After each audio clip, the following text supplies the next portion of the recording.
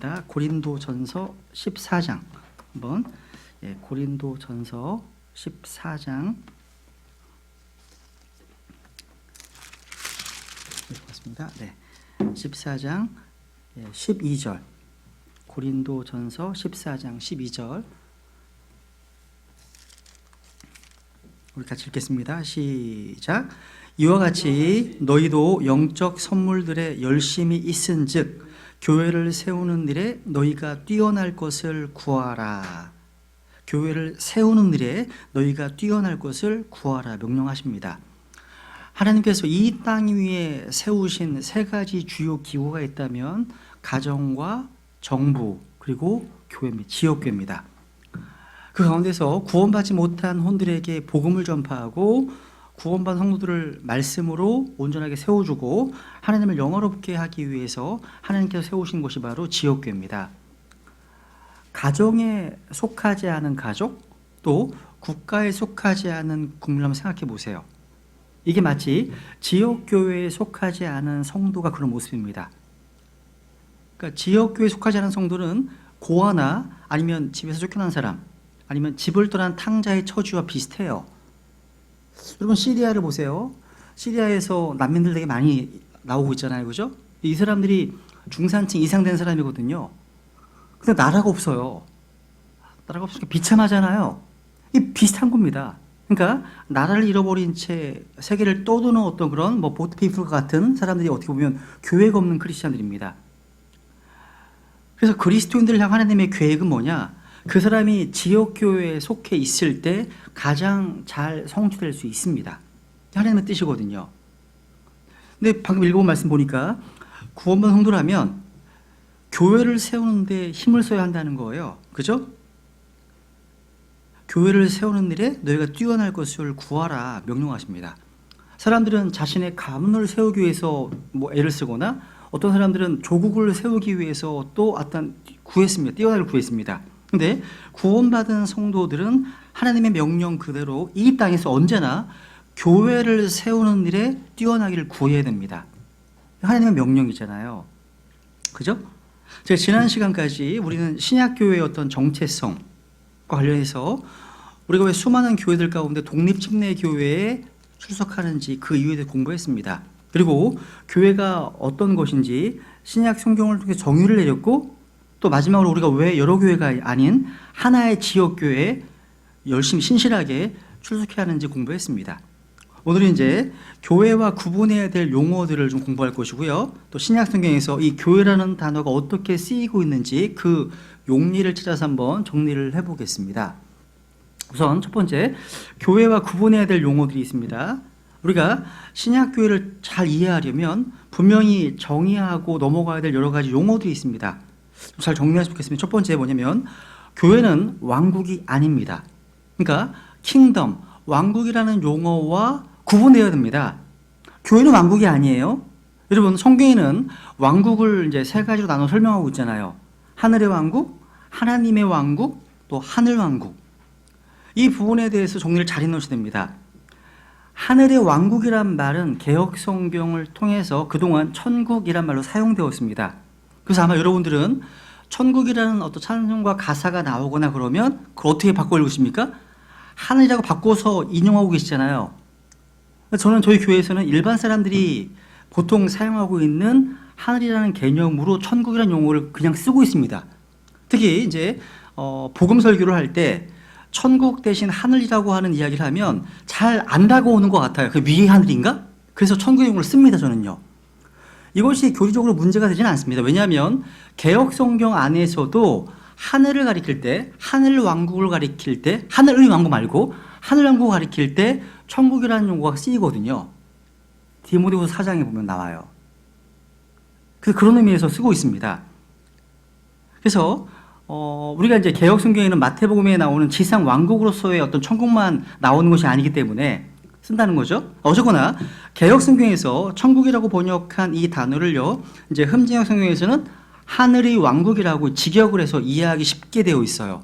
그죠? 하늘은 눈에 보이는 실제적인 장소로서의 하늘입니다. 마태복음 13장에 보시면 하늘의 왕국에 대한 비유가 많이 나오는데 특징은 좋은 것과 나쁜 것이 함께 공존합니다. 그러니까 하늘의 왕국에는요, 좋은 것과 나쁜 것이 함께 공존한다는 거예요. 한번 마태복음 13장 보세요. 한번 마태복음 13장, 마태복음 13장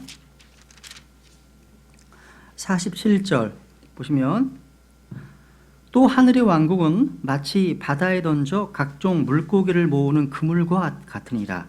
그물이 가득 차매 그들이 그것을 물가로 끌어내고 앉아서 좋은 것은 모아 그릇에 담고 나쁜 것은 버렸느니라 되어 있죠. 그러니까 하늘의 왕국에는 좋은 것과 나쁜 것이 공존하고 있습니다. 하늘의 왕국에는 악한 자와 선한 자가 함께 있음을 주목해 보시라는 거죠. 여러분, 침례인 요한과 예수 그리스도께서는요, 사역을 시작하시자마자 처음부터 바로 회개하라, 하늘의 왕국이 가까이 왔느니라 선포했습니다. 이 복음은 우리가 지금 전파하는 은혜의 복음, 그리스도의 복음이 아닙니다. 왕국 복음이죠. 그죠? 예수님께서 이 땅에 세우실 왕국에 대한 말씀이고 대상은 유대인들이었습니다. 이 하늘의 왕국은 예수님의 지상 재림과 더불어서 시작되어 천년왕국 동안 이어집니다. 그럼 하나님의 왕국은 무엇입니까? 여러분, 하늘과 하나님이 다르다면 하늘의 왕국과 하나님의 왕국, 킹덤 오브 헤븐, 킹덤 오브 갓, 그죠? 하늘과 하나님 다르다면 하늘의 왕국, 하나님의 왕국은 당연히 다를 수밖에 없어요. 여러분, 하나님의 왕국, 하나님은 영이십니다. 그렇다면 하나님의 왕국은 스피리추얼 킹덤, 영적인 왕국입니다. 하늘의 왕국은요, 정치적이고 물질적이고 지상에 세워질 문자적인 왕국이라면 하나님의 왕국은 영적이고 도덕적이고 눈에 보이지 않는 왕국이라는 거죠. 그죠? 그래서 하나님의 왕국이 너희 안에 있다. 누가복음 7장에서 말씀하고 있는 겁니다. 여러분, 하나님은 우리 안에, 내 안에 있을 수 있지만 하늘은 내 안에 있을 수 없어요. 그죠? 또 한 가지가 뭐냐면 하늘 왕국입니다.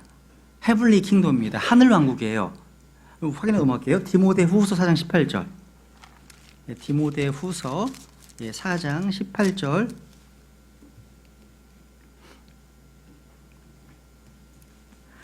주께서 나를 모든 악한 일에서 건져내시고 또 자신의 하늘 왕국에 이르기까지 보존하시리니 그분께 영광이 영원무궁토록 있기를 원하노라. 아멘.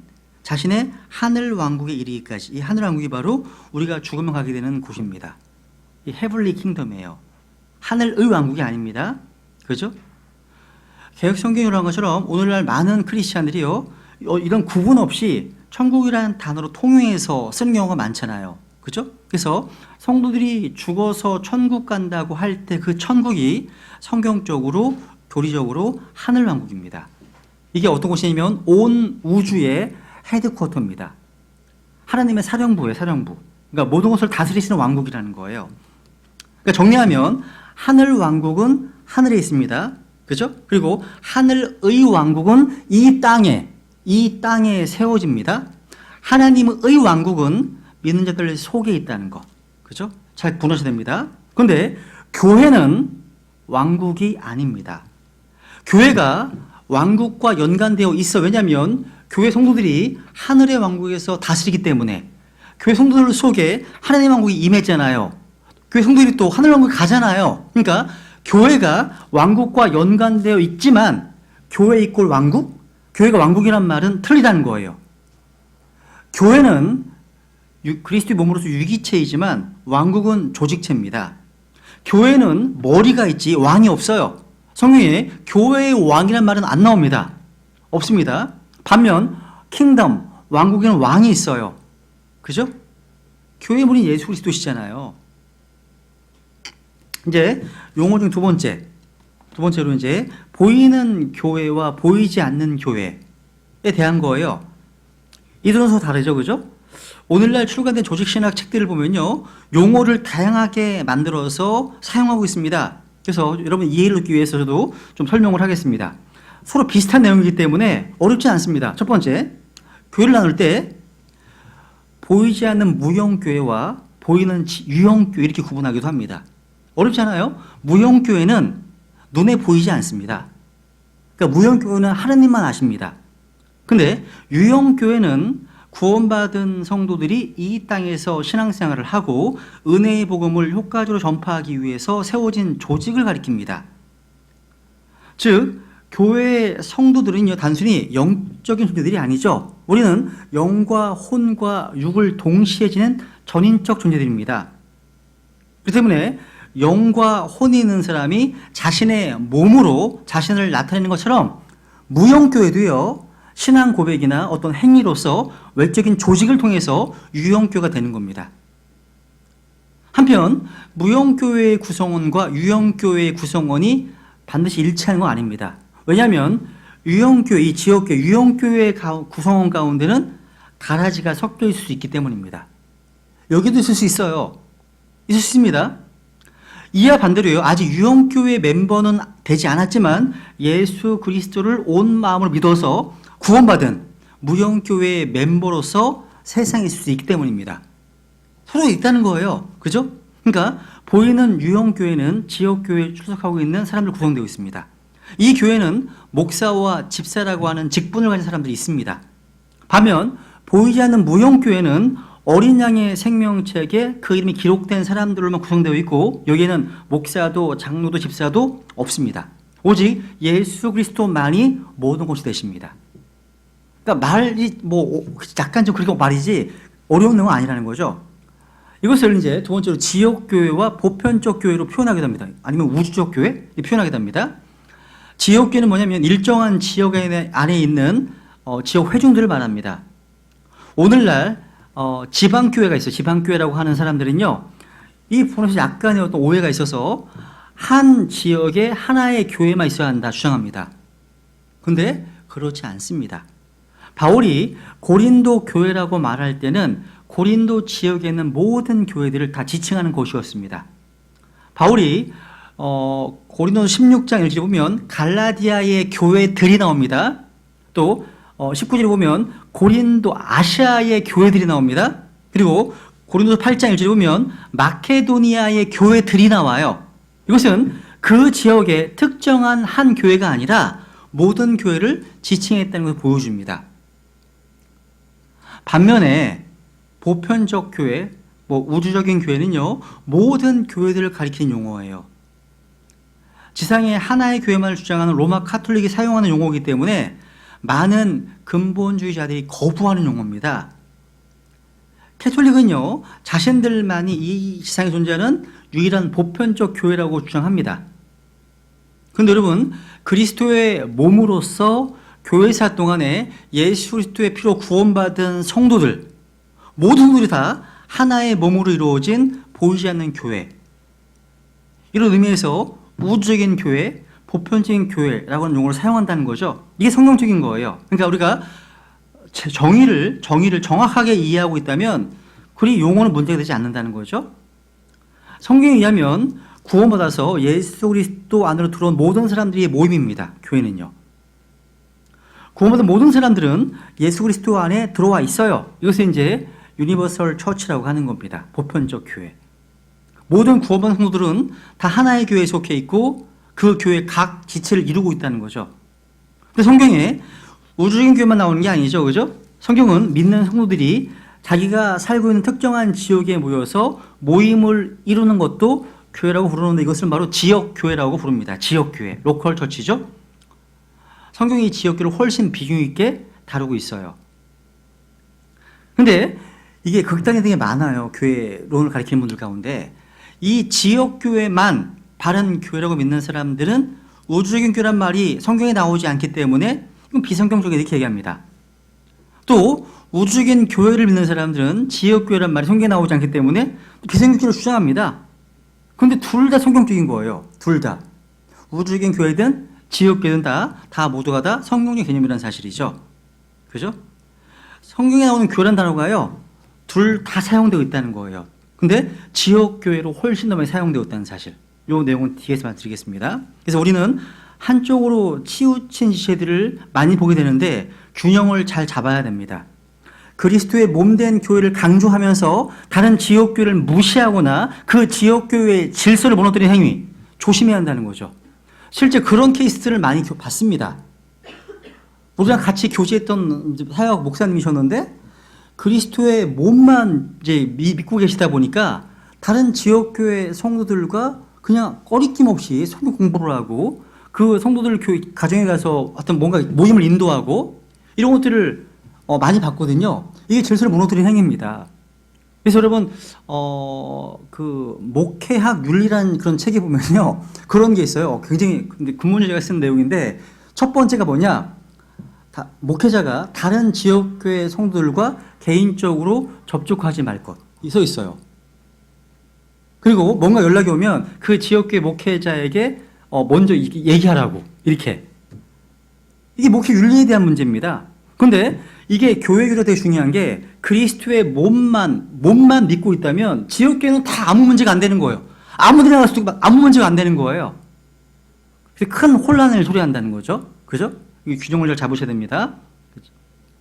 세 번째, 또 이것을 유기체로서의 교회와 조직체로서의 교회로 표현하기도 합니다. 말이 좀 어렵죠, 그죠? 여러분, 유기체로서의 교회가 뭐냐? 교회는 본질상 그리스도의 몸입니다.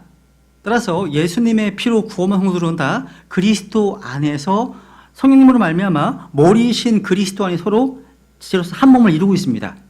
즉, 교회는요, 그리스도 안에서 살아 생동하는 유기적인 생명의 관계에 있습니다. 저는 신약 교회들이 이런 유기체적인 생명이 풍성한 교회가 되길 원합니다.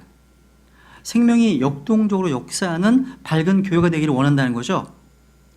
근데 여러분, 유기체로서의 교회가 조직으로서 잘 갖추어지지 않으면 제대로 기능할 수 없습니다.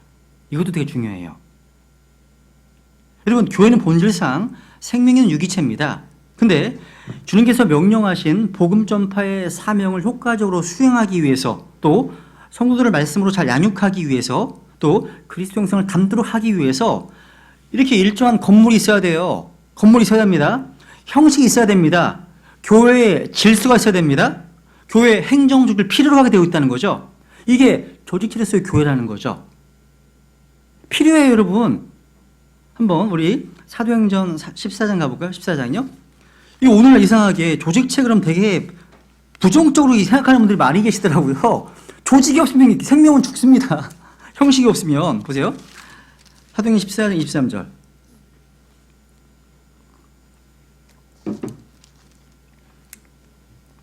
그들이 각 교회에서 그들을 위해 장로들을 임명하고 금식하며 기도하고 자기들이 믿는 주께 그들을 맡기며 되어 있죠. 그러니까 바울이 교회를 세우는 곳곳마다 교회의 질서를 위해서 누군가를 세웁니다.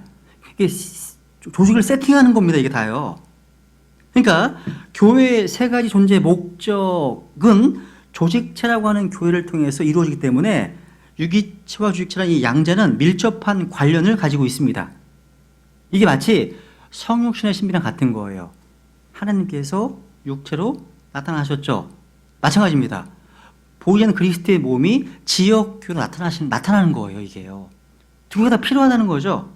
그래서 우리는 이런 신약교회는요, 이런 유기체로서의 생명성과 조직체로서의 균형을 잘 맞춰야 한다는 거죠. 한번 디모데전서 3장 가볼까요? 디모데전서 3장 15절.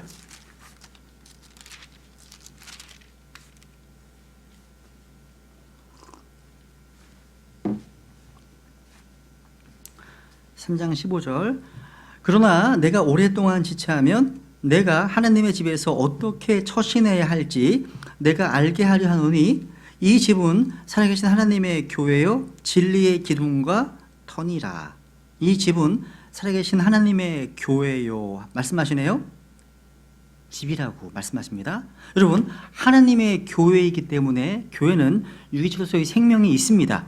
그런데 목회 서신이라고 불려진 또 교회 생활 서신으로 불려지는 이 디모데전서 1장, 2장, 3장에 보면 질서를 강조하고 조직을 구성하고 있음을 보게 됩니다. 무질서는 결코 하나님의 뜻이 아닙니다. 교회는 질서와 조직이 있어야 됩니다. 우리 하나님께서는 질서의 하나님이십니다. 그렇죠? 하나님께서 혼란의 창시자가 아니기 때문에 모든 것을 질서 있게 하라고 명령하고 있습니다. 뭐 앞에 고린도전서 14장 보세요 한번. 고린도전서 14장 33절. 성도들의 모든 교회에서처럼 하나님은 혼란의 창시자가 아니요 화평의 창시자시니라. 40절 모든 것을 품이 있고 어떻게 하라고요? 질서 있게 할지니라. 모든 것을 품이 있고 질서 있게 할지니라 말씀하고 있습니다. 하나님께서는 모든 교회 사역을요 질서 있게 행하라고 명령하신 겁니다. 하나님께서는요 남자를 선택하시고 그의 권위를 주셨죠. 남자에게 가족을 감독하고 인도할 책임을 주셨습니다. 이건 성경뿐만 아니라요 주위를 돌아봐도 모든 가정과 사회와 정부와 군대와 학교와 회사 그 밖에 모든 기관은요 그 조직을 감독하고 인도하는 권위들이 있어요. 그 권위에 순종하지 않으면 제대로 기능하지 못합니다. 작동하지 않는다는 거죠. 하나님이 그렇게 되도록 정하시기 때문입니다.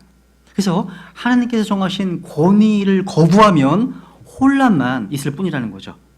그런데 여러분 왜 많은 여러 가지 조직, 가정, 교회에 문제가 있는지 아세요? 우리 속에 죄성이 있거든요. 인간의 타락한 본성 가운데는요 하나님께서 주신 이러한 질서를 거부하고자 하는 마음이 있어요. 그래서 누군가 다른 사람이 자기의 명령하는 것을 싫어하고 불쾌하게 여깁니다. 사람은 왜 권위에 순종해야 하냐고 묻습니다. 왜 법을 지켜야 하냐고 묻습니다. 왜 경찰관의 지시에 따라야 하냐고 묻습니다. 근데 여러분 로마 13장에 보시면 모든 권력, 권세는 다 하나님께로부터 나온 것이기 때문에 복종하라고 말씀하고 있는 거죠. 그렇죠? 하나님께서 나왔습니다. 모든 권력이요. 그래서 권위에 복종하지 않는 것은 결국 하나님께 복종하지 않는 겁니다. 여러분 하나님께서 이 가정의 머리가 되도 남자를 선택하셨습니다. 그래서 여기 앞에 보시면 11장 보세요. 고린도서 11장 3절에 보시면 그러나 나는 너희가 알기를 원하오니 각 남자의 머리는 그리스도시요 여자의 머리는 남자요 그리스도의 머리는 하나님이시니라 되어 있죠. 여자의 머리는 남자입니다. 그죠? 이것은요 여자가 남자보다 못한 존재라는 의미가 절대 아닙니다. 왜냐하면 같은 절에서 그리스도의 머리가 하나님이라고 말씀하기 때문입니다. 예수 그리스도께서는 하나님 아버지보다 못하거나 열등한 분이 아닙니다.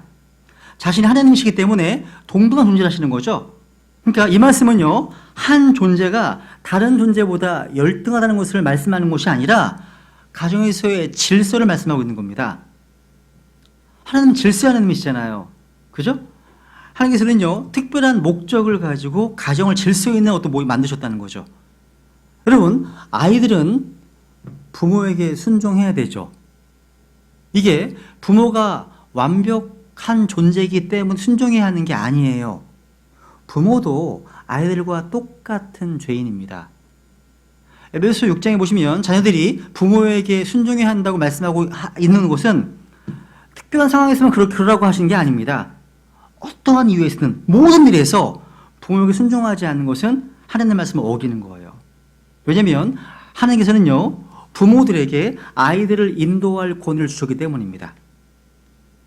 지역교회도 마찬가지예요. 지역교회에 주신 권위와 질서가 있어요. 이걸 무시하는 것은 하나님께 정하신 것을 무시하는 겁니다. 어쨌든 신약 지역교회는 어느덧 두 가지 특성을 가지고 있어야 됩니다. 그렇지 않으면 교회에서의 기능을 제대로 발휘할 수 없게 돼요. 그 두 가지 특징이 뭐라고요? 생명성과 조직성입니다. 따라해보세요. 생명성과 조직성. 이거 중요합니다. 중요한 겁니다. 왜 중요한지 아시겠죠? 그죠? 생명성과 조직성이 필요합니다. 워런 위어스비라는 어떤 성경 교사가 있어요. 그분이 쓴 글에 이런 내용이 나오더라고요. 어떤 이제 목회자가 워런 위어스비에게 이렇게 얘기했습니다. 교회는 유기체입니다.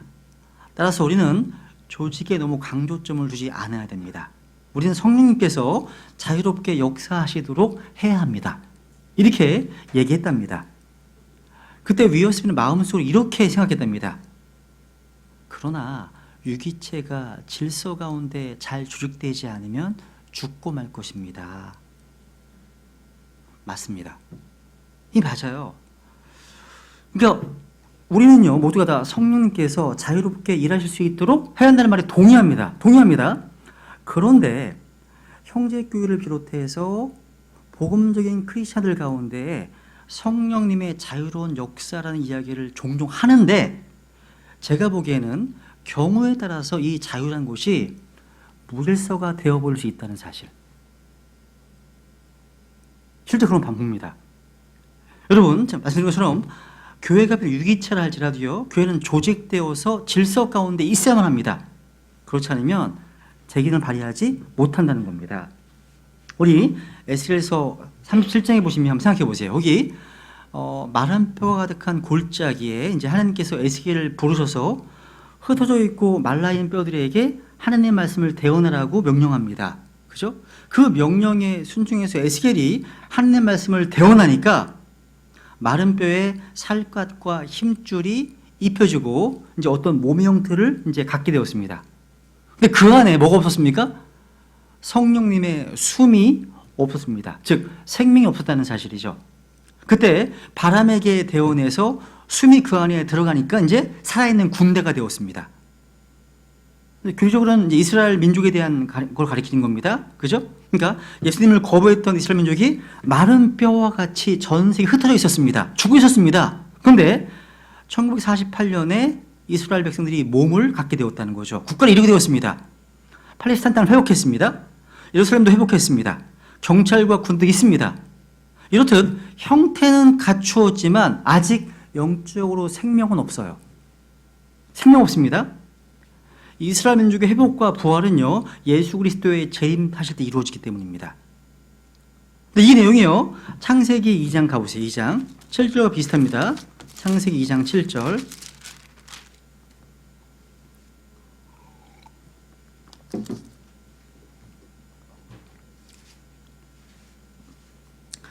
주 하나님께서 땅의 흙으로 사람을 지으시고 formed, 그죠? 지으시고 생명의 숨을 그의 콧구멍에 불어넣으시니 사람이 살아있는 혼이 되니라 말씀하시네요. 그러니까 땅의 흙으로 사람을 만드셨습니다. 그리고 생명의 숨을 콧구멍에 불어넣으시니까 살아있는 혼이 되었습니다. 그죠? 순서를 잘 보세요. 먼저 몸이 형성되었습니다. 그리고 생명이 나타났습니다. 여러분 몸에 생명이 없다면 아무 소용이 없습니다. 그냥 고깃덩어리에 불과한 거예요. 아무 소용이 없는 거예요. 그죠? 죽은 시체잖아요. 근데 몸에 생명이 있다 하더라도 그것이 정교하게 조직되어 있지 않았다면 그 생명을 표현할 수가 없어요. 그죠? 순서를 잘 보세요. 모양과 형태가 잘 갖추어져야지 생명을 담을 수가 있고 그 생명이 나타날 수 있다는 겁니다. 왜 지역교회에 조직과 질서가 갖추어야 될까요? 유기적인 생명이 보다 잘 드러나고 나타나게 하기 위해서입니다. 모든 성도들이 지역교회 안에서요, 자신의 영적 선물들, 은사를 발휘하고 자신의 생명을 역동적으로 드러낼 수 있도록 하기 위해서라는 거죠.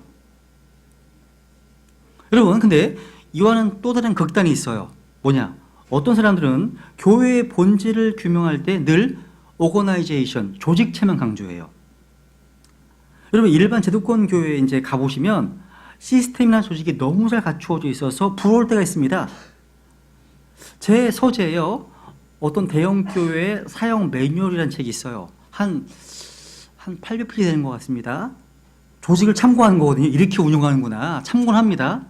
그러니까, 와, 어마어마하더라고요. 제가요. 그런데 생명력은 없어 보여요. 여러분, 생명이 없는 곳일수록 또 말씀이 없는 곳일수록 어떤 외형에만 치중하게 되어 있습니다. 로마 천주교의 화려한 성당을 생각해 보세요. 들어가면 와, 웅장하다 그러지 않아요? 그죠? 안에 복음이 없잖아요. 그죠? 그러니까 조직만 강조하는 사람은 외적으로 드러나는 어떤 이 조직을 어떻게 치밀하게 구성할 것인가, 이걸 생각합니다. 그런데 교회가 아주 정교하게 철저한 교직을 갖는다 할지라도 생명을 상실한다면 그것은 형상만 있는 죽은 몸에 불과한 거예요. 그죠? 그래서 디모데 후서를 볼까요? 한번 3장 5절. 유명 말씀 하나 있죠? 디모데 후서 3장 5절.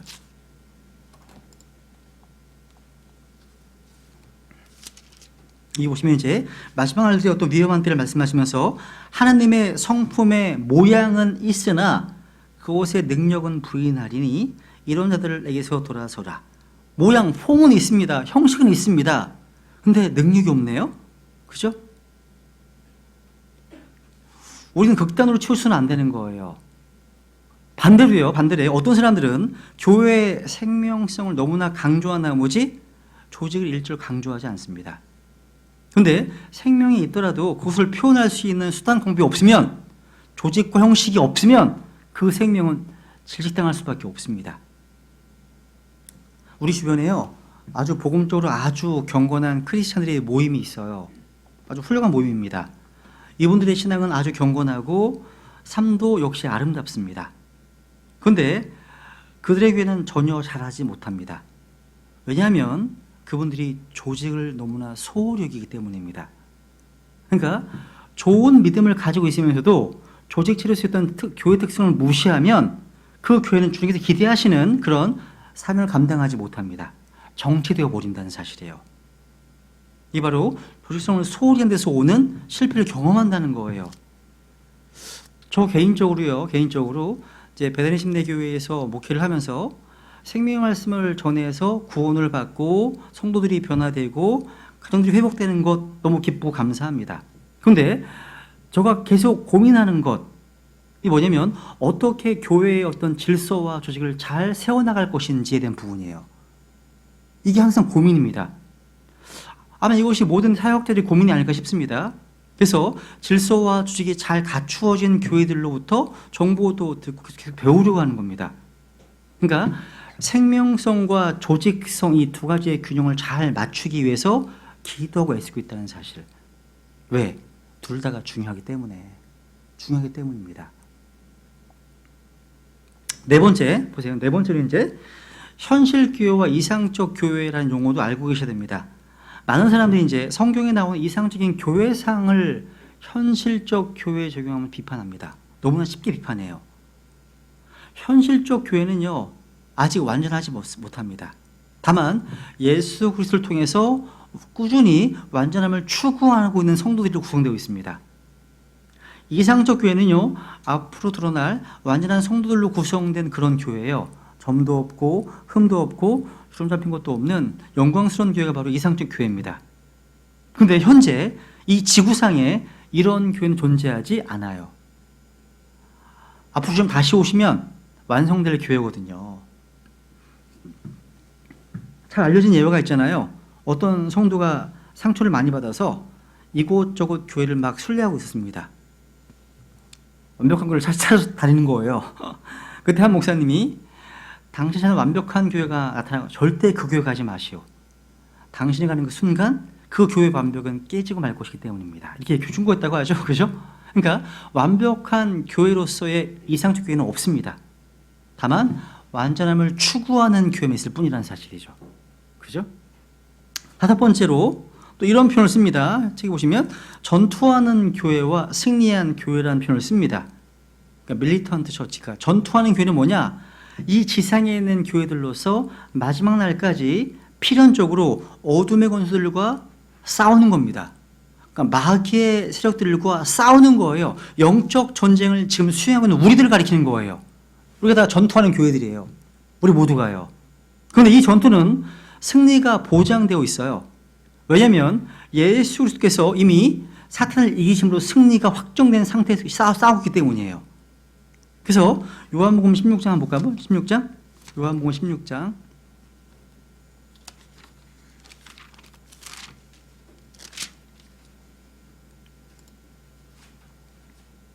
33절.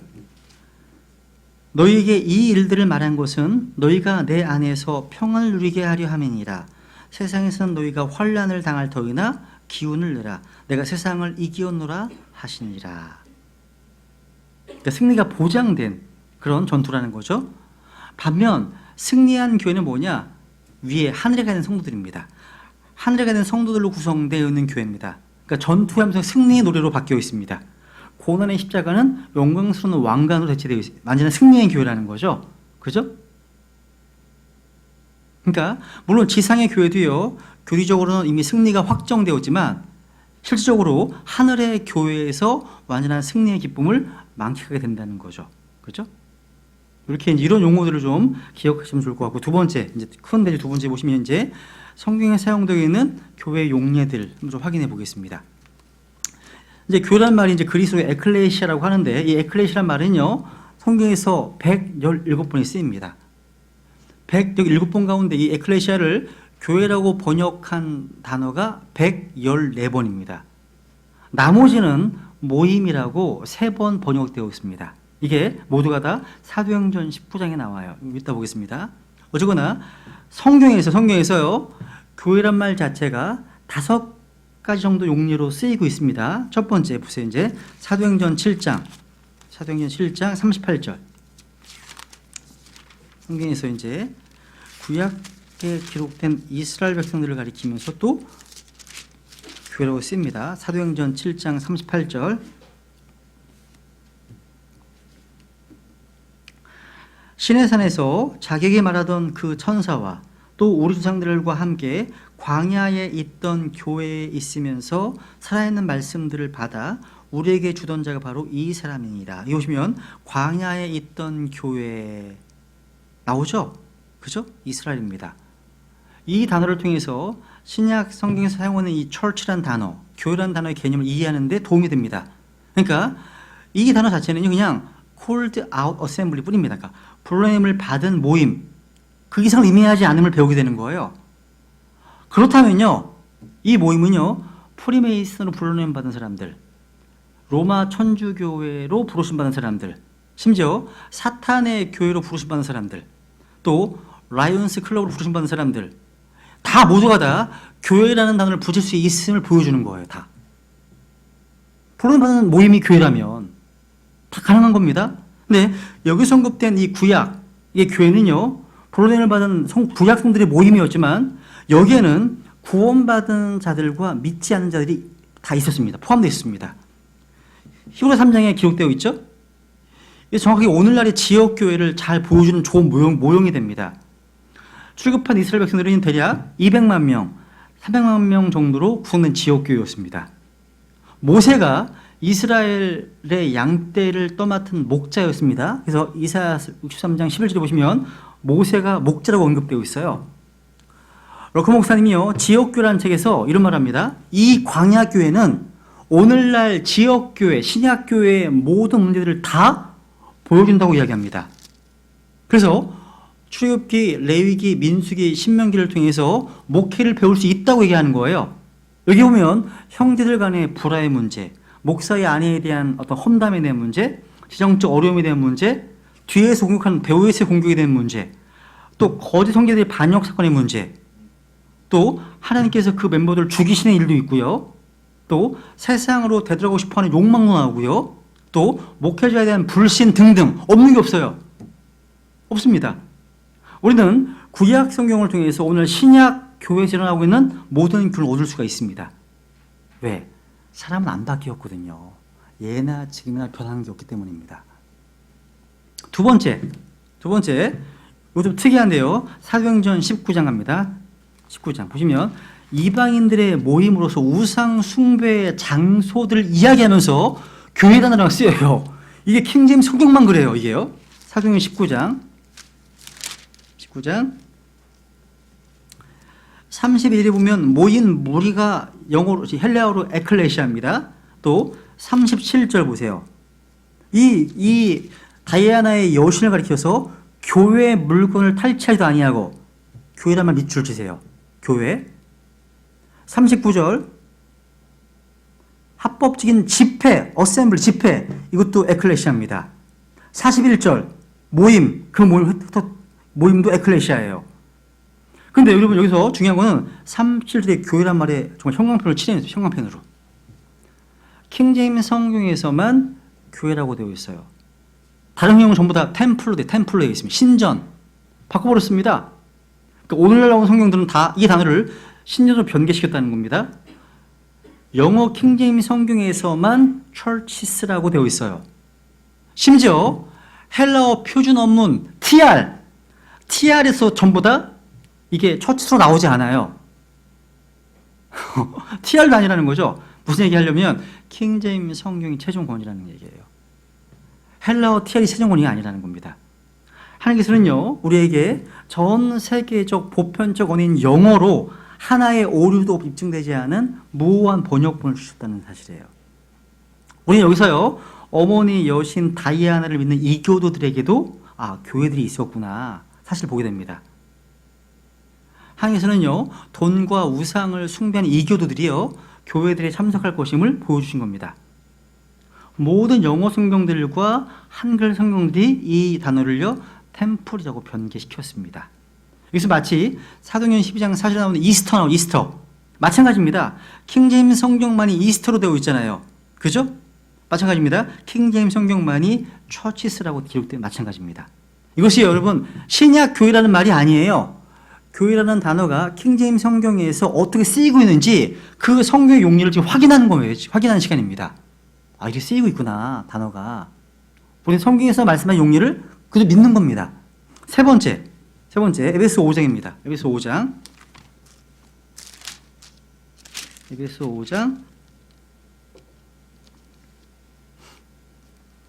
23절 보면, 이는 남편이 아내의 머리됨이 그리스도께서 교회의 머리 되신 것 같기 때문이라. 그분은 그 몸의 구원자시니라.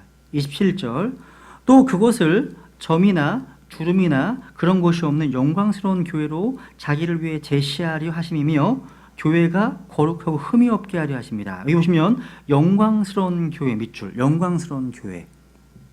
뭐냐, 이건 죄가 없는 완벽한 상태에서의 교회를 말하고 있는 겁니다. 교회는 25절에서 그분의 몸입니다. 그죠?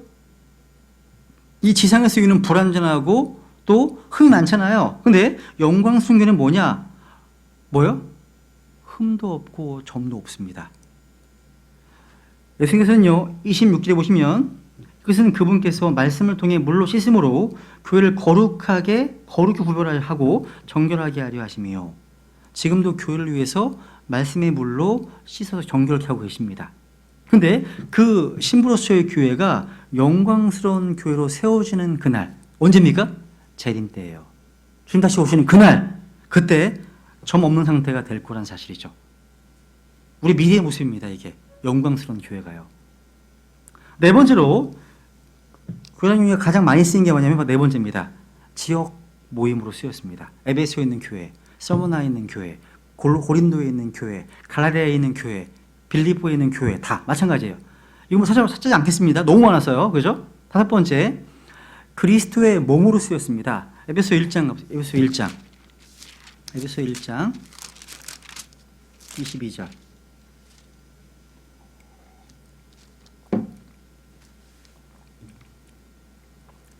또 모든 것을 그분의 발 아래 두셨으며 그분을 모든 것 위에 머리가 되게 하사 교회를 위해 주셨느니라. 23절, 교회는 그분의 몸이니 곧 모든 것 안에서 모든 것을 충만하게 하신 분의 충만이니라 말씀하고 있네요. 예수 그리스도는 이 몸된 교회의 머리십니다. 그죠? 우리의 머리는 지금 하늘에 계십니다. 우리도 지금 그분과 함께 영적으로 하늘에 앉아 있습니다. 그죠? 여러분, 교회는 그분의 몸이에요. 근데 예수님의 몸은요, 지상에서의 몸은 겸손과 온유의 몸이었어요. 주님께서는 가시관 이외에 어떤 왕관도 쓰지 않으셨습니다. 이것이 바로 그리스도의 몸된 교회가 따라야 될 모습입니다. 예수 그리스도의 영적인 몸은 교회예요. 그렇죠? 근데 예수님의 육체적인 몸은, 물리적인 몸은 어디 있어요? 하나님의 우편에 앉아 계십니다. 앉아 계신다는 거죠. 여러분, 성경에는 지역교회와 우주적인 교회를 좀 확실하게 구분하기 어려운 그런 구절도 있습니다. 왜냐하면 한 지역에 있는 교회는요, 주님의 몸을 이루고 있는 전체 교회 중 극히 작은 일부분에 지나지 않습니다. 진리 침례 교회든 베드레 침례 교회든 어떤 교회든 간에 교회는 지상에서 예수 그리스도를 대변하는 모임입니다. 한번 이제 확인해 볼게요. 사도행전 8장 1절.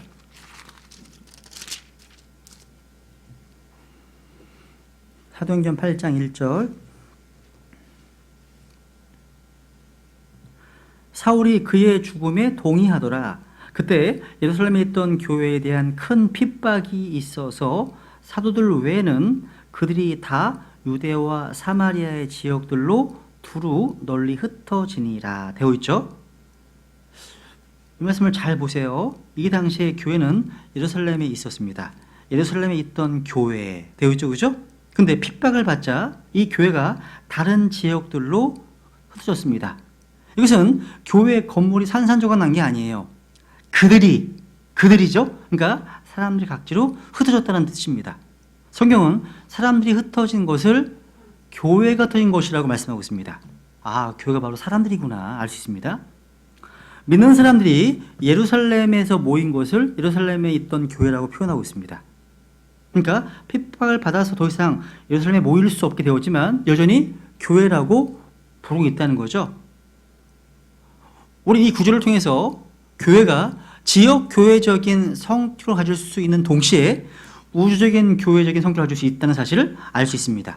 그러니까 믿는 성도들이요 유대와 사마리아와 즉 복수의 지역으로 흩어졌지만 그들을 단수로 교회라고 부르고 있기 때문입니다.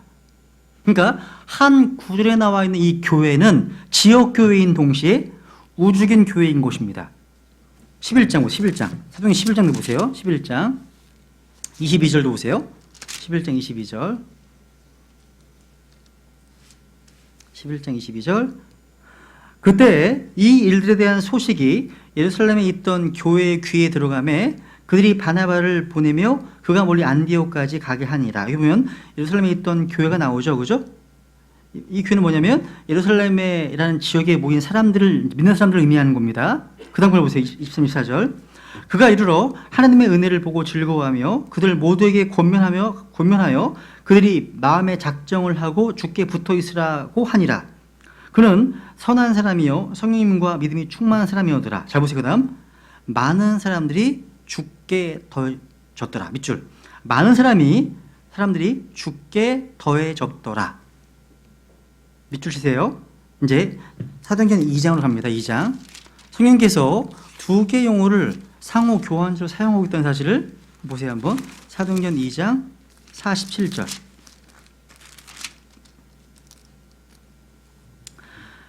하나님을 찬양하며 온 백성에게 호감을 얻으니 주께서 구원받아야 할 자들을 날마다 교회에 더하시니라. 보세요. 사도행 2장에서는 주님께서는 구원받은 사람들을 날마다 교회에 더해주셨다 하고 있고 11장에서는요. 주께 더해졌다고 하고 있네요. 그러니까 지역 교회이면서도 그리스도의 몸을 가리키고 있음을 보게 된다는 사실이에요. 믿는 성도들이 어디에 더해졌습니까? 주님께 더해졌습니다. 그런데 주님께 더해진 것은 곧 교회에 더해진 겁니다. 그죠? 근데 사도행전 8장에 보면요. 사울이 교회를 핍박했습니다. 사도행전 9장 가보세요. 9장 1절 다시 보세요. 9장 1절 사울이 주의 제자들을 치려고 여전히 위협과 살기를 내뿜으며 대제사장에 가서 누굴 치려고요? 주의 제자를 치려고. 교회는 주님의 백성들이잖아요. 사로잡힌 백성을 핍박했습니다. 계속 보세요. 2절부터 다마스코 회당들에서 가져갈 편지를 그에게 요청하니 이것은 그가 이 길에 속한 사람을 만나면 남자와 여자를 막론하고 그들을 결박하여 예루살렘으로 잡아오려 함이더라. 사울이 길을 가다가 다마스쿠스에 가까이 이르렀을 때 갑자기 하늘로부터 빛이 나와 그를 둘러 비추더라. 그가 땅에 쓰러져 들음에 한 음성이 있어 그에게 이르시되 사울아 사울아 어찌하여 내가 나를 핍박하느냐 하시거늘 사울아 사울아 어찌하여 내가 나를 핍박하느냐 하시거늘. 사울이 핍박한 사람은 누구였습니까? 8장에서 사울은 교회를 핍박했습니다. 1절에서 그죠? 9장 1절에 보면 믿는 사람들 주님의 제자들을 핍박했습니다. 그런데 9장 4절에 오니까 사울이 핍박한 것은 다름 아닌 예수 그리스도였다고 말씀하고 있습니다. 이해가죠? 그죠? 교회가 무엇입니까? 교회가 누구예요? 교회는 바로 예수 그리스도의 몸으로서 그분 안으로 믿는 모든 성도들입니다. 믿는 성도들이 함께 모일 때 보이지 않는 전체 교회의 일부가 보이는 형태로 드러난 겁니다. 이게 교회잖아요. 그죠? 전체 축소판입니다. 이게 축약판. 이렇게 지역교회와 그리스도의 몸을 같이 볼 수 없는 정말 애매모호한 구절도 있지만, 근데 대부분의 구절들은 지역교회와 그리스도의 몸 된 교회를 분명히 나누어주고 있습니다. 지역교회와 그리스도의 몸 둘 다 성경적입니다. 하지만 분명한 차이도 있어요. 정리할게요. 하나는, 지역교회는 복수형입니다. 교회들입니다. 그런데 그리스도의 몸은요, 단수형입니다. 단수. 그리스도 몸은 결코 복수가 될 수 없습니다. 단수예요. 단수입니다. 그리고 지역교회는 조직된 기관입니다. 근데 그리스도 몸은요, 살아있는 유기체입니다. 그리스도 몸은 구원받은 사람들이 성령 침례를 통해서 몸 안에 들어가는 데 반해서, 지역교회는요, 구원받은 사람, 구원받지 못한 사람들, 별로 사람들이 다 모여 있습니다. 여기에는요. 또 지역교회는 예언적으로 결국 배교로 끝납니다. 라오디케아 사람들의 교회로 끝나잖아요. 배교로 끝납니다. 하지만 그리스도의 몸 된 교회는 에베소 5장 말씀처럼 영광스러운 교회로 끝납니다. 또 지역교회는 그 교회의 멤버가 되려면 어떤 행위가 필요합니다. 그죠? 아마 질신들에게는 구원 간증이 멤버가 되는 한 요소죠. 그죠? 어떤 교회는 구원 간증과 더불어서 침례를 받아야 되는 교회가 있어요. 이건 교회가 정해진 대로 따로 있습니다. 어떤 행위가 필요하다는 거죠. 가입하려면. 근데 그리스도의 몸 된 교회는요, 뭐예요? 예수 그리스도를 통해 구원받을 때 자동적으로 멤버가 돼요. 이 외가 없습니다. 또 지역교회는 목자 장이신 예수 그리스도께서 부르신 하이 목사, 언더 셰퍼드라고 하죠. 감독, 장로, 목사. 이 하이 목자가 감독의 직분을 수행하면서 리더 역할을 합니다. 근데 그리스도의 몸 된 교회는 목자 장이신 예수님께서 머리십니다. 그리고 또 지역교회는 멤버들이 언제든지 떠날 수 있어요. 이사를 가거나 이민을 가거나 이직하거나 할 때 떠날 수 있습니다. 그죠? 근데 그리스도의 몸 된 교회는 결코 떠날 수 없어요. 또 지역교회는 심판을 향해 나아가고 있습니다. 몸 된 교회는요, 어린 양의 결혼식을 향해 나아가고 있습니다. 그러니까 이런 차이를 우리가 이해할 필요가 있다는 거예요. 그죠? 그래서 이 그리스도의 몸은요, 어디에 살고 있든지 구원받은 모든 성도로 이루어진 그런 신자들 구성되어 있다는 사실. 지역교회는요, 어떤 지역을 근거로 해서 신실하게 함께 모인 지체들로 구성되어 있습니다. 고린도에 있는 교회, 빌립보에 있는 교회, 그죠? 데살로니가에 있는 교회 등등. 여러분 생각해 보세요. 사도행전 16장에 보시면 빌립보 간수가 구원받았습니다. 간수가 구원받는 순간, 간수는 성령 침례에 의해서 그리스도의 몸 된 교회 안으로 들어갔습니다. 맞죠? 그죠? 근데 그것으로 신 게 아니라 빌립보 간수는요, 빌립보에 있는 지역교회의 멤버가 되었어요. 아마 창립 멤버가 아니었을까 싶습니다. 왜냐하면 빌립보 간수는 그 빌립보라는 지역에 살고 있었고 그곳에서 다른 성도들과 만나기 때문이죠. 빌립보 간수는 결코 고린도 교회의 지체는 아니었어요.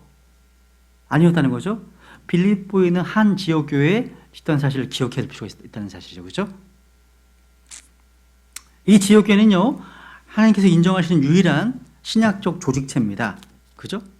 그러니까 신약 성경에 기록되어 있고 하나님께서 권위를 부여하시는 것은 오직 지역교회밖에 없습니다. 하나님께서요, 신학교회를 복주시기도 하고 선교단체를 복주시기도 해서 일부러 양성하기도 했지만 그게 지역교회를 대신할 수 없습니다. 성경적 의미의 교회는요, 신약 성경 위에 세워집니다. 그죠? 마태복음 16장 18 다시 한번 읽어볼게요. 16, 18절. 마태복음 16장 18절.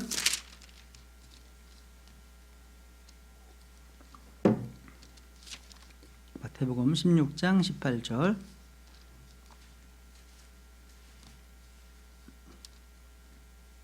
또 내가 네게 이르노니 너는 베드로라 이 반석 위에 내가 내 교회를 세우리니 지옥의 문들이 그것을 이기지 못하리라. 교회는 예수 그리스도에 의해서 예수 그리스도를 반석으로 예수님을 믿는 사람들로 구성되어 있습니다. 그죠? 제가 보기에 많은 분들이요, 오해하는 교회의 어떤 이 의미가요, 지역교회와 그리스도의 몸의 차이를 잘 이해하지 못해서 발생했던 것 같아요. 심지어 근본주의자 가운데서는 로컬 처치 올리즘이 있어요. 지역교회만 인정하는 분들이 계십니다. 랜드마키즘이라 하는데 이런 분들이 있습니다.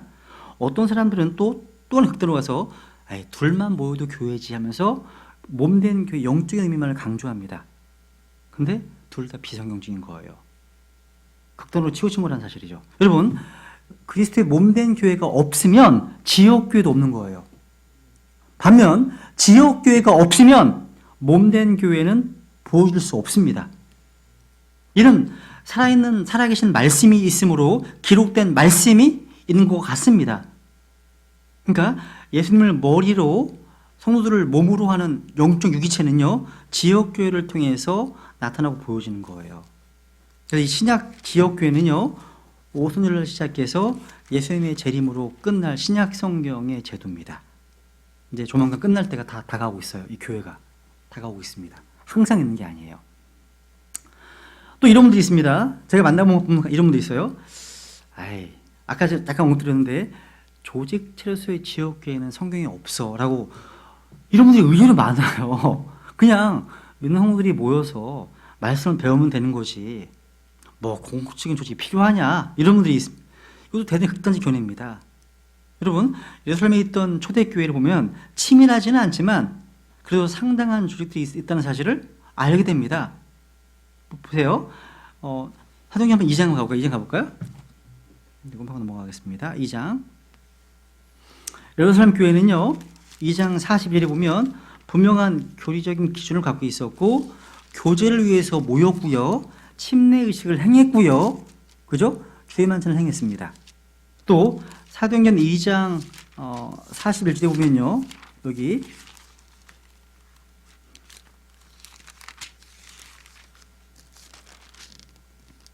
보면 그때 그의 말을 기쁘게 받아들이는 자들이 침례를 받음에 바로 그날에 3,000혼 가량이 그들에게 더해지니라. 되어 있죠. 3,000혼 가량. 4장 4절도 보시면 그럼에도 불구하고 그 말씀을 들은 사람들 중에 많은 이가 믿었고 남자의 수가 5,000쯤 되더라. 되어 있죠. 그 이들은요, 모이는 사람들의 숫자를 기록했다는 사실이에요. 기록했네요. 그리고 공예배에 함께 모였습니다. 그리고 어려운 사람들에게 물질적인 도움을 주기도 했습니다. 사도들이 이 교회에서 사역했지만 가난한 사람들을 돕는 행정적인 일을 돕기 위해서 7명의 일꾼들을 뽑았습니다. 오순절날 모두 다락방에 모였었고 또 어떤 크리스찬 가정에서 모이는 것이 일반적이었습니다. 그러니까 이런 것들을 볼 때 초기 예루살렘 교회에는 상당한 조직들이 형성되어 있음을 보게 됩니다. 그러니까 조직을 무시하면 안 된다는 거예요. 그죠? 바울이요, 1차 선교 여행 때 가는 곳곳마다 교회를 세우잖아요. 교회를 세울 때마다 각 교회 장로들을 세웠습니다. 바울은 디도에게 장로들을 세우라고 명령했습니다. 아까 또 7명의 집사를 세우라고 또 말씀하고 있습니다. 그죠? 여러분, 누가 이 일을 할 수 있겠는지를 묻는 투표의 방식이나 어떤 치리 방법이 있을 게 분명하지 않을까요? 그죠? 다 있는 거예요. 그러니까 회중들에게서 선출되는 직분이 있었다는 것, 또 그때 투표 방식이 있었다는 것, 처리 방법은 다 지역교회가 조직되어 있지 않으면 할 수 없는 거라는 거죠. 그죠? 이 부분은 제가 여기까지만 하겠습니다. 마지막으로 이제 성경이 교회를 어떻게 이제 표현하고 있는지 한번 좀 정리하고 좀 마치겠습니다. 첫 번째, 교회는요, 예수 그리스도의 몸이고 예수님은 교회의 머리십니다. 여러분, 몸은요, 머리로부터 모든 것을 공급받습니다. 머리 짓을 받습니다. 교회의 머리는 왕이나 국가가 아닙니다. 교회의 머리는요, 교황이 아니에요. 그죠? 교회 머리는 예수님이시잖아요. 그러니까 각 지역교회는요, 주님 이외에 다른 어떤 것에도 권위를 두어서는 안 됩니다. 교회는 지체들이 유기적으로 움직이면서 각 성도들이 주님께로부터 받은 특별한 은사들로 다른 지체들을 돌아오면서 함께 움직여야 한다는 것. 두 번째, 교회는요, 예수 그리스도의 신부입니다. 신부예요. 구절은 적혀 있죠, 거기. 적혀 있죠? 그죠? 안 적혀 있나요? 적혀 있죠, 그죠? 우리는 계시록 19장에 보면요, 어린 양의 혼인 치한지를 볼 수 있습니다. 현재 교회는 정결한 신부이고 신랑을 기다리는 어떤 정혼한 상태예요. 성경은 남편과 아내의 관계를 설명하면서 이렇게 말하잖아요. 이것은 큰 신비라고 내가 그리스도와 교회에서 말한다고요. 되어 있습니다. 여러분, 우리가 신부라면 신부로서 교회의 핵심 뭘까? 한마디로 신부, 뭐가 떠오르세요? 순결함입니다. 깨끗함, 거룩함, 정결함입니다. 마찬가지예요. 신부로서 교회가 거룩해야 한다는 거예요. 거룩함을 추구해야 한다는 거죠. 가장 중요한 겁니다. 세 번째, 교회는요, 주님께서 세우신 주님이 설립자십니다. 교회는 사람들이 만든 그런 곳이 아닙니다. 교회는 뭐 이익을 추구하는 집단이 아니에요. 교회는 동일한 주, 동일한 영, 동일한 생명을 지닌 유기체예요. 주님은 자신을 반석으로 기초로 삼아서 이 교회를 세우셨다는 거죠, 친히. 또 교회는요, 진리의 기둥과 터전입니다. 주의 말씀은 진리잖아요. 하나님은 이 진리의 말씀을 교회에 맡기신 거예요. 연구소에 맡기신 게 아니에요. 그죠? 이 진리의 말씀을요, 철학자들이 맡기신 게 아닙니다. 종교인들이 맡기신 게 아니에요. 하나님의 진리는요, 교회를 통해서 계시되고 가르쳐지고 증거되고 실행되어 왔다는 사실. 교회가 진리의 기둥과 터기 때문에. 그래서 여러분, 진리를 배우려면 어디로 가야 돼요? 대학교로 가는 게 아니라 어디로 가야 돼요? 교회로 와야 한다는 거죠. 교회로 와야 되는 거예요. 그래서 교회를 통해서 우리는 성경을 공부하게 되고 실제 훈련을 하게 된다는 거예요. 그래서 헌신도 배우고 또 자기를 부인하는 법도 배우고 십자가 지는 법도 배우는 겁니다. 교회 와서 부딪히면서. 그죠? 이 교회예요. 또 교회는요, 사도행전 20장에 보시면, 이거 확인할까요? 20장. 여기 보세요. 20장 28절. 주님의 피로 사신 입니다. 피로 사신 교회입니다.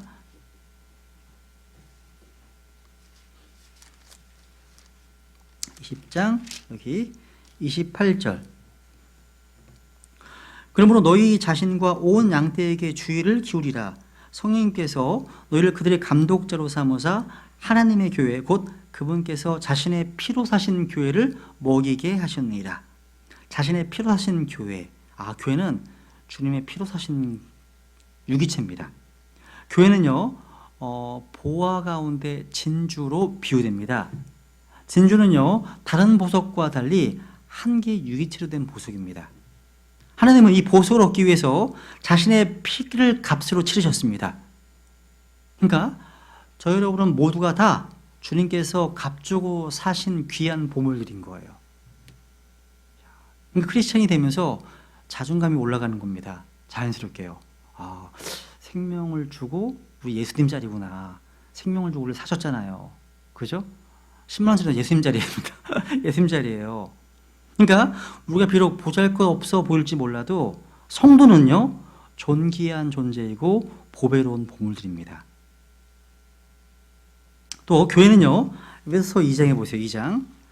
살아있는 건축물입니다. 그래서 하나님의 거처라는 거죠. 에베소서 2장.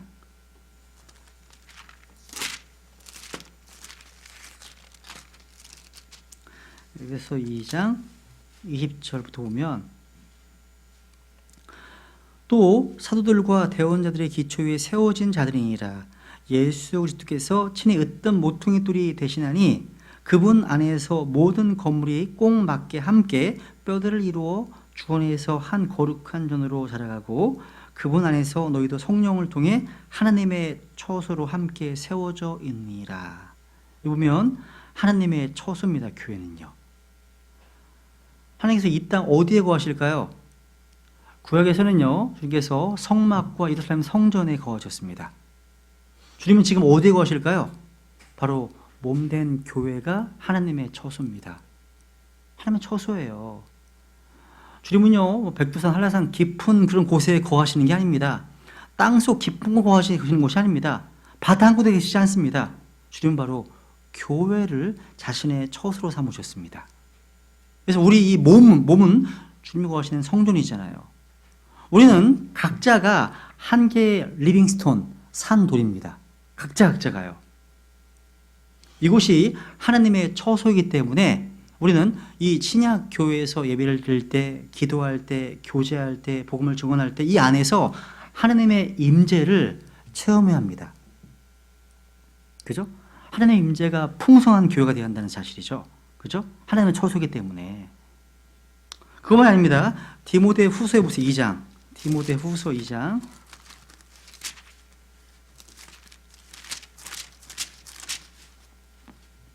2장 1절. 그러므로 내 아들아 너는 그리스도 예수님 안에 있는 은혜 안에서 강건한 자가 되고 또 내가 많은 증인들 가운데서 내게 들은 것들 바로 그것들을 신실한 사람들에게 맡기라. 그들이 또한 다른 사람들을 가르칠 수 있으리라. 그러므로 너는 예수 그리스도의 좋은 군사로서 고난을 견디어 내라. 교회는 그리스도의 군사들을 훈련시키는 군대입니다. 군대예요. 이게 보면 내게 들은 것들 바로 그것들을 더 세임입니다. 세임 같은 거예요. 같은 것들을 신실한 사람들에게 맡기라고 말씀하고 있죠. 그러니까 가르치면 달라지면 안 되는 거예요. 같아야 됩니다. 그래서 같은 신약의 교리가 계속 선순환되는 곳이 교회예요. 달라진다. 이상한 겁니다. 그 사람 세우면 안 되겠죠. 그죠? 그것들을 맡기라 말씀하고 있습니다. 우리는 모두 그리스도 예수님의 좋은 군사들입니다. 우리는요, 믿음의 선한 싸움을 싸워야 하는 주님의 군대예요. 선한 싸움이죠. 악한 싸움이 아니라 선한 싸움입니다. 우리 주님께서는요, 구원의 대장이십니다. 캡틴, 대장이십니다. 우리는 말씀의 검, 성령의 검을 들고 싸워야 됩니다. 여러분, 지금 현재 우리는요, 이 땅에 살면서 사악한 자가 화살을 막 쏘고 있습니다. 화살이 오고 있어요. 이 가운데 믿음의 방패를 들고 막고 있어야 돼요. 믿습니다. 유일한 공격 무기로 싸워야 하는 거예요. 그죠? 군사기 때문에 우리가 다요. 교회는 바로 마귀와의 전투, 영적 전투를 수행하는 군대라는 거죠. 근데 교회는 악한 영적 세력들과 싸우는 그런 군사들을 훈련시키는 군대라고 표현되어 있다는 거죠. 교회가 그런 군대라는 사실. 군대. 또 이 교회는요, 영적 가족들이 거하는 집입니다. 집이에요, 집. 아까 베드로전서 2장 5절. 베드로전서 2장 5절. 볼게요. 이제 마무리하겠습니다.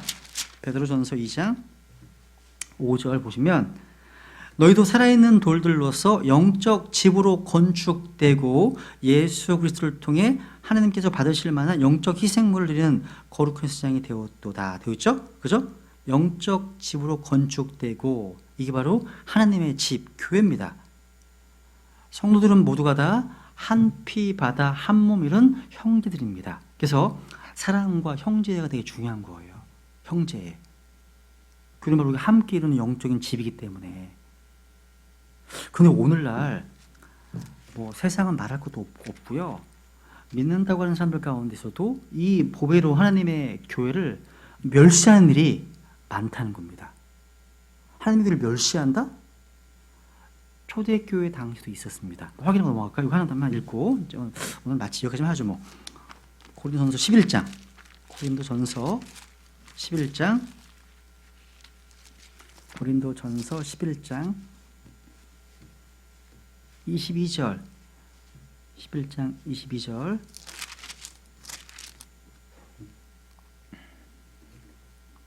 도대체 무슨 말이냐? 너희에게 먹고 마실 집이 없느냐? 너희가 하나님의 교회를 업신여기고 없는 자들을 부끄럽게 하느냐? 내가 너희에게 무슨 말을 하랴? 내가 이 일로 너희를 칭찬하랴?